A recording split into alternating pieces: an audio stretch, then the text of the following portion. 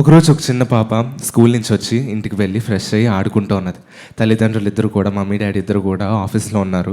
ఆడుకుంటున్న సమయంలో సడన్గా బిల్డింగ్ అంతా కూడా ఏదో తెలియని ఆందోళన స్టార్ట్ అయింది. అరుపులు, కేకలు, వాళ్ళందరూ కూడా పరిగెట్టి బయటకు వెళ్ళిపోతూ ఉండడం తెలుస్తుంది. కానీ పాపకి ఏం చేయాలో అర్థం కావట్లేదు. ఈ పాప చూసి ఎంతగానో భయపడిపోయి అరుస్తోంది, మమ్మీ డాడీ ఎవరైనా హెల్ప్ చేయండి, ఎవరైనా హెల్ప్ చేయండి అని అరుస్తూ ఉన్నది. ఈ యొక్క ఇంట్లో కూడా మెల్లగా మంటలు వస్తున్నాయి, పొగతో నిండిపోతుంది. ఈ పాపకి, చిన్న పాపకి ఏమీ కనబడట్లేదు.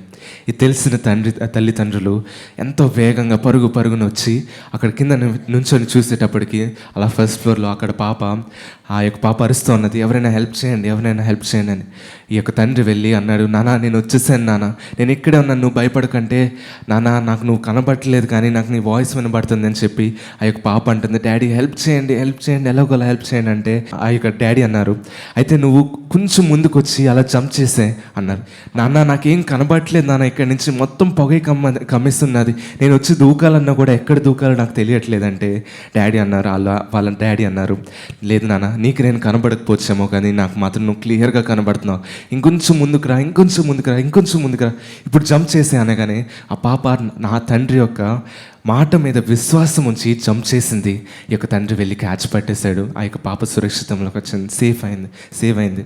అలాగే మన జీవితంలో కూడా దేవుడు మనకు చెప్పింది, it might be very scary, మనకు అనిపించచ్చు అది చాలా డేరింగ్ టాస్క్, అలా చేయలేము, అలా చేసినా ఫెయిల్ అవుతుందేమో అని. కానీ ఎప్పుడైతే ఆయన యందు నమ్మిక ఉంచి ఆయన చిత్తానుసారంగా ఆయన యొక్క చిత్తానికి ఎప్పుడైతే విధేయత చూపిస్తామో మన జీవితంలో కూడా మనకు అసాధ్యమైనది సాధ్యం అవుతుంది. మన జీవితంలో సమస్తము ఆయన బ్లెస్సింగ్గా ఇంకా మిరకిల్గా మన జీవితాన్ని మార్చేస్తాడండి.